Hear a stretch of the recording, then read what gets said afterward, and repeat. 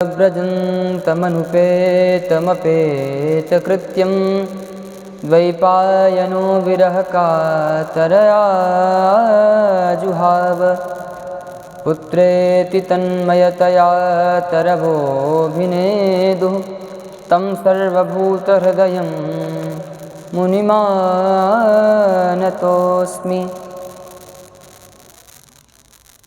जिन्होंने 12 वर्ष पर्यंत मातृगर्भ में निवास किया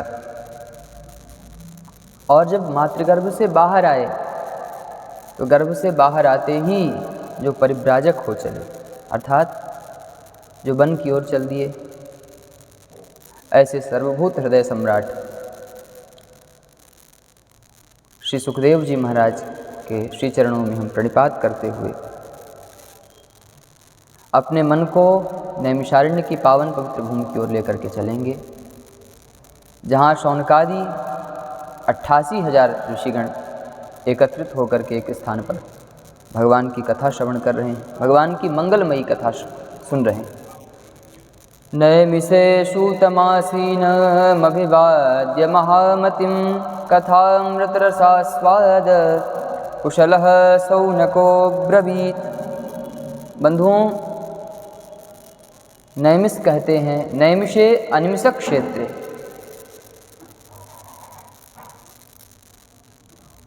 नैमिष क्षेत्र जो है आज के समय में उसको नैमिषारण्य कहा जाता है। और इस नैमिषारण्य की पावन पवित्र भूमि पर जितनी भी पुराण की कथाएं हैं, बड़ी से बड़ी छोटी से छोटी कथाएं जो हम आप सब श्रवण करते हैं, वो इसी नैमिषारण्य की पावन पवित्र भूमि पर ये उस कथा का शुभारंभ यहीं से होता है।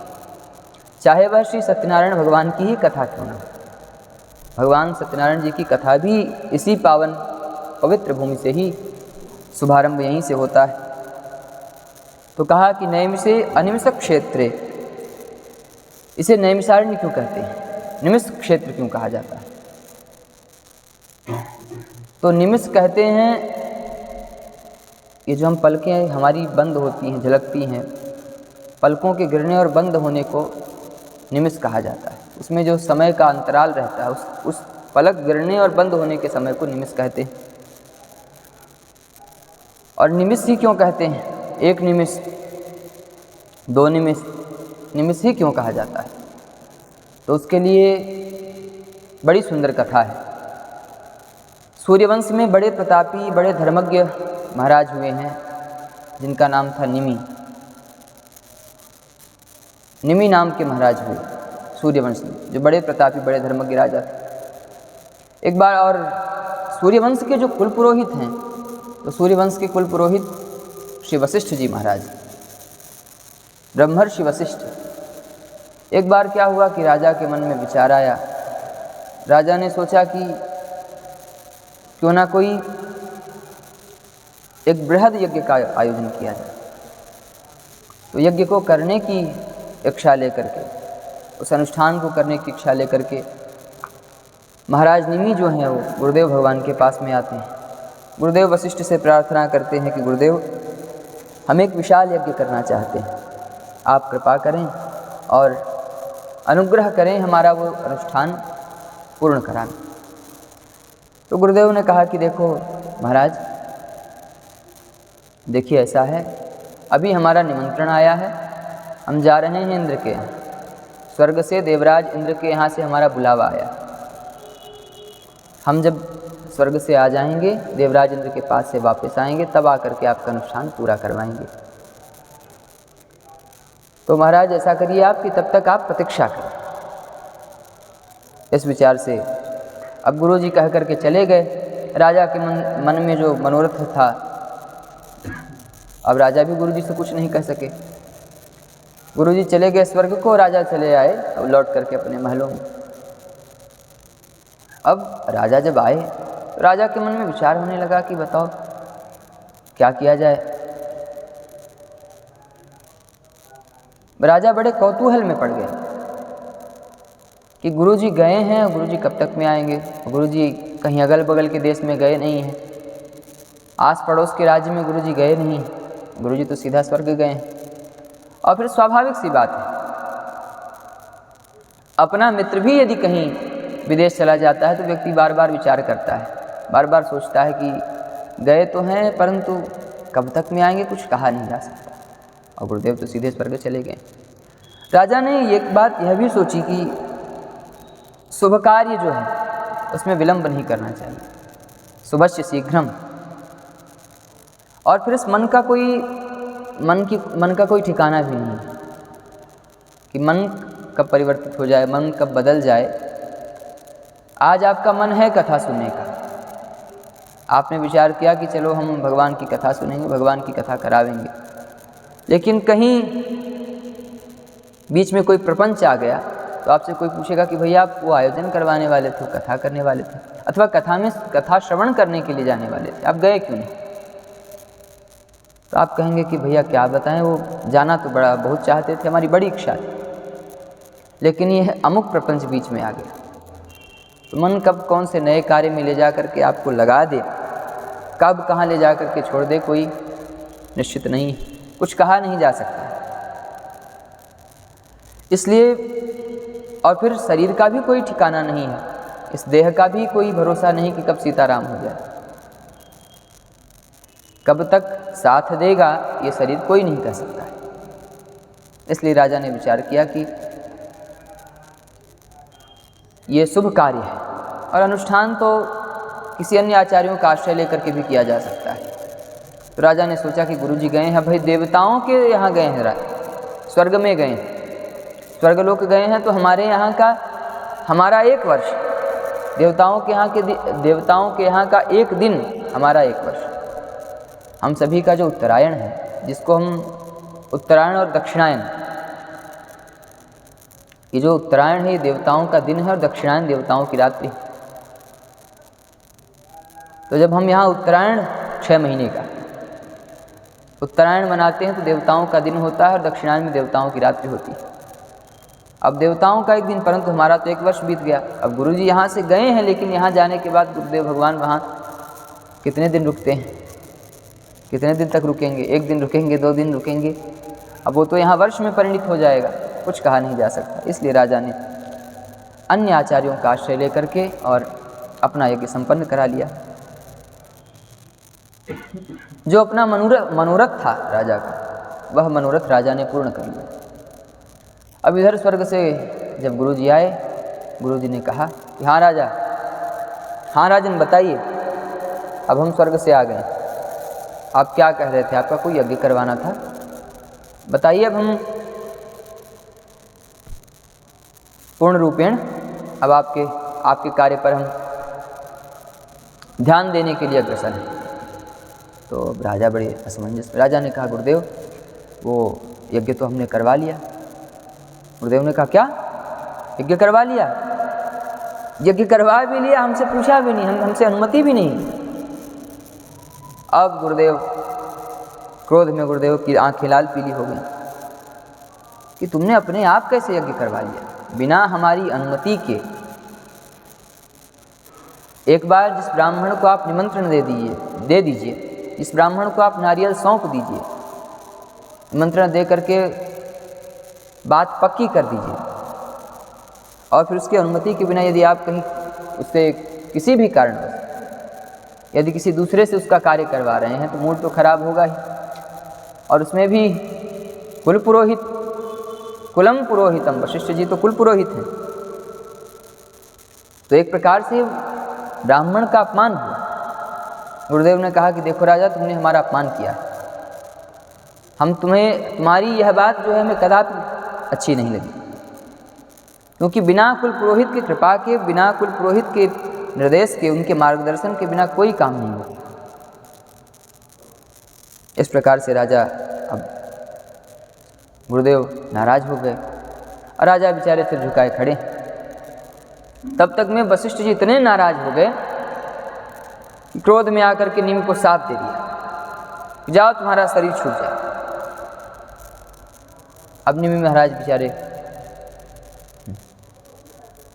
शाप सुनते ही निमि महाराज को भी क्रोध आ गया। उन्होंने कहा कि गुरुदेव, हमने यदि अपना यज्ञ करवा लिया तो कोई अपराध तो किया नहीं था, भाई आपको तगड़ा यजमान मिल गया, तगड़ा चेला मिल गया इंद्र जैसा, तो आप स्वर्ग को चले गए। हमने तो सर्वप्रथम आकर के आपके पास ही अपनी बात निवेदित की थी, तब आप इंद्र के पास चले गए। और यदि हमने किसी दूसरे आचार्य का आश्रय लेकर के यदि अपना अनुष्ठान करवा लिया, इसमें कौन सा अपराध कर दिया? कोई गलत काम तो हमने किया नहीं, तो गुरुदेव आपको इतना क्रोध करने की क्या जरूरत है? अब दोनों गुरु चेला में खटपट हो गई। निमि महाराज ने भी गुरुदेव भगवान को श्राप दे गुरुदेव को श्राप दे दिया। कहा गुरुदेव आपका भी शरीर छूट जाए। अब क्या होना क्या था, गुरु चेला में हो गई खटपट। दोनों गुरु चेला एक दूसरे को सापासापी करते, श्राप दे डाले क्रोध में आकर के। परंतु फिर बाद में गुरुजी ने दूसरे रूप में आकर के अपना शरीर धारण किया और निमि महाराज जो थे उन्हें पलकों पे स्थान दिया गया और उनका जो शरीर था उनके शरीर का मंथन किया गया और उनके शरीर के मंथन से जो बालक उत्पन्न हुआ उसका नाम रखा गया जनक। क्योंकि भाई उसके कोई माता पिता तो थे नहीं, उसके कोई पिता थे नहीं, अपने ही शरीर से वह जायमान था, इसलिए उसका नाम जनक रखा गया। और उस वंश परंपरा में आगे चल कर के जितने भी राजा हुए, जितने राजा महाराजा हुए, सब जनक ही कहलाए। सीरध्वज जनक, धर्मध्वज, कुशध्वज, बहुलास्व जनक, जितने भी राजा महाराजा हुए सब जनक की श्रेणी में ही हैं, उनको जनक ही कहा जाता था। इस वंश में जितने राजा हैं, हमारे भगवान श्री रामचंद्र जी जिन जनक जी के यहाँ जा कर के धनुष भंग किए, धनुष को तोड़ करके सीता जी का वरण किए, सीता जी से विवाह किए, उन जनक जी का नाम था सीरध्वज महाराज। और हमारे कृष्ण कन्हैया द्वारिकाधीश बन करके जिन जनक जी के यहाँ गए थे, उन जनक जी का नाम था बहुलास्व जनक। इस प्रकार से निमि महाराज को बाद में पलकों में स्थान दिया गया। वो पलकों पे जा कर के बैठ गए और इन्हीं के प्रभाव से हमारी जो पलकें हैं गिरती हैं, बंद होती, उठती हैं और बंद होती। नैम से निमिषक क्षेत्रे, अनिमिषक भगवान का नाम है। अनिमिष कहते हैं भगवान श्री विष्णु को। भगवान का एक नाम अनिमिष भी है, क्योंकि हमारी और आपकी पलकें जो हैं वो गिरती हैं, बंद होती। हमारी आपकी पलकें बंद भी होती हैं, उठती भी हैं, परंतु हमारे भगवान की पलकें कभी नहीं गिरती। इसलिए भगवान को अनिमिष कहा जाता है। भगवान की पलकें जो है वो सदैव खुली रहती। इसलिए नैमिषारण्य जो है यह भगवान की श्री हरिनारायण का पावन पवित्र क्षेत्र जो है वह श्री नैमिषारण्य है। नैमिषे निमिषक क्षेत्रे ऋषयः सौनकादयः, सौनकादि 88,000 ऋषिगण हैं आदि में जिनके,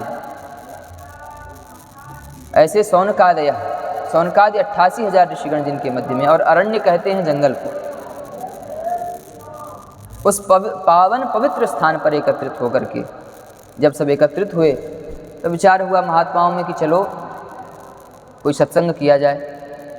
लोक कल्याण के लिए, लोक मंगल की भावना से उन्होंने विचार किया कि भगवान का सत्संग करना चाहिए। तो इस विचार से, सत्संग की इच्छा से, तो प्रश्न हुआ कि कितने वर्ष का होना चाहिए। कहा 1000 वर्ष का, सहस्त्र सममासत्। अब भाई 100 वर्ष की अवस्था है तो हमारे आपके लिए 7 दिन का समय जो है बहुत है, पर्याप्त है। 100 वर्ष की अवस्था में 7 दिन का समय बहुत है। और वहाँ जितने महात्मा थे सब 10-10 हज़ार, 50-50 हज़ार वर्ष के दीर्घायु संपन्न महात्मा।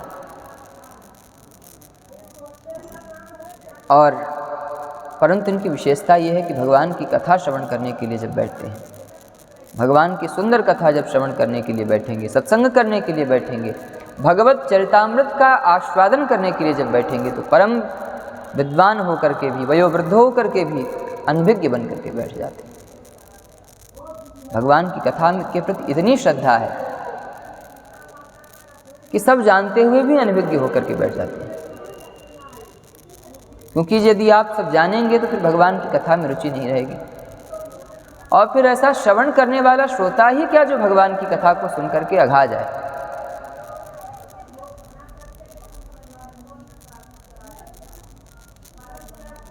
जब सारे ऋषिगण शौनक जी को आदि में करके, शौनक जी को प्रधान बना करके बैठे, तो बैठते ही उन्होंने प्रश्न किया, विधिवत सूत जी से प्रणिपात करते हुए प्रश्न किया कि हे सूत जी, अज्ञानध्वांत विध्वंस कोटि सूर्य समप्रभ सूताख्याहि कथासारम मम कर्ण रसायनम। सूत जी से प्रश्न करते हुए कहते हैं, निवेदन करते हुए कहते हैं कि हे श्री सूत जी महाराज, हे सूत जी, आपके पास जीवों के हृदय में व्याप्त जो अंधकार है, उस अंधकार को दूर करने के लिए, उस अंधकार रूपी मोह को, विमोह को नष्ट करने के लिए आपके पास ज्ञान रूपी प्रकाश है। और कैसा प्रकाश है? कोटि सूर्य समप्रभ, करोड़ों सूर्य के समान आपके पास प्रकाश है, ज्ञान का प्रकाश है, जो जीवों के हृदय में विद्यमान अंधकार को, अंधकार के अज्ञान तिमिर को ध्वस्त करने वाला है। तो हमारे ऊपर भी वह ज्ञान का प्रकाश डालिए, जिस ज्ञान के प्रकाश से हमारे भीतर का जो अज्ञान अंधकार है वह दूर हो जाए। हमारे ऊपर कृपा करिए। महाराज, हम आपसे यह जानना चाहते हैं। क्या जानना चाहते हैं? कि भक्ति ज्ञान विरागाप्तो विवेको वर्धते महान माया मोह निराशैश्च वैष्णवै क्रियते कथम। भक्ति ज्ञान और वैराग्य को बढ़ाने के लिए, भक्ति ज्ञान और वैराग्य की वृद्धि के लिए, संवर्धन के लिए वैष्णवजन क्या करते हैं? जीवन में उत्तम सद्विचार की प्राप्ति कैसे होती है? अज्ञान का एवं जो देहात्म बुद्धि है, देह के प्रति जो ममत्व है, उसको कैसे दूर किया जाए?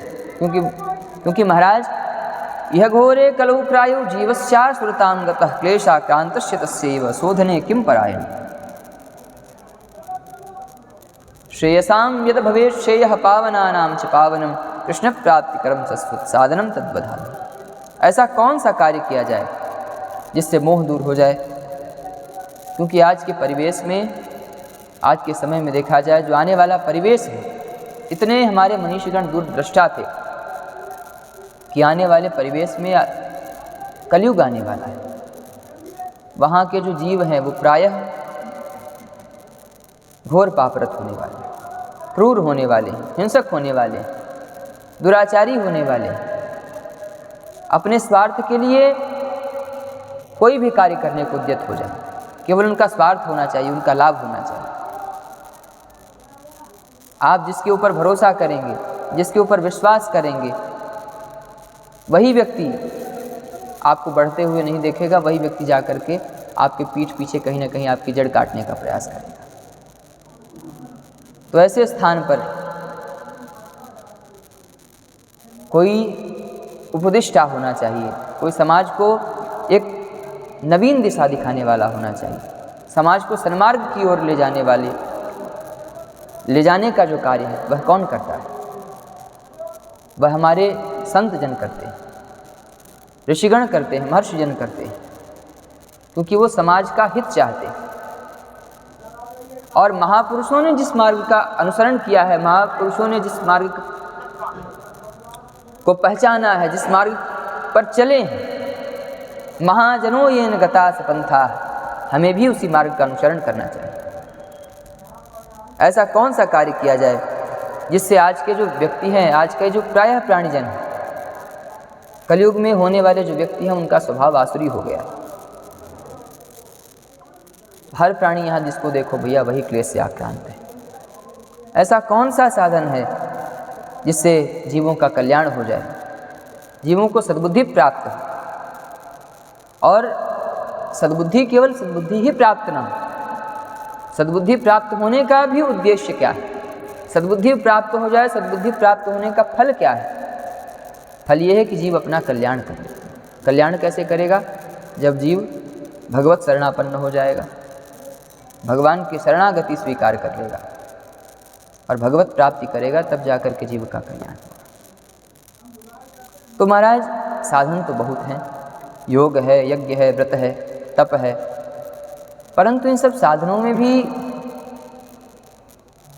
हमारा स्वभाव कैसा है कि हम कम समय में जहाँ ज़्यादा मुनाफा हो जाए उधर भागते हैं, फ्री वाली चीज़ों में ज़्यादा भागते हैं। तो ऐसा कोई साधन हो जो सरल हो। और फिर महाराज हमारे मन में एक बड़ा सुंदर भाव, इस संसार में उस व्यक्ति के लिए, इस प्राणी के लिए कुछ भी दुर्लभ नहीं है। किसके लिए? जिसके ऊपर गुरुदेव की कृपा हो। और आपके ऊपर गुरुदेव भगवान का बहुत अनुग्रह है, आपके ऊपर गुरुदेव की कृपा है। चिंतामणिर्लोक सुखम सुरद्रुः स्वर्ग संपदम प्रयक्षति गुरु प्रीतो वैकुंठम योग दुर्लभ। चिंतामणि से यदि आप कामना करते हैं, चिंतामणि से प्रार्थना करते हैं, तो चिंतामणि आपको लौकिक सुख प्रदान कर सकती है। उससे इस संसार की जो वस्तुएं मांगेंगी वो आपको प्रदान कर सकती है, दे सकती है। चिंतामणिर्लोक सुखम सुरद्रुः स्वर्ग संपदम।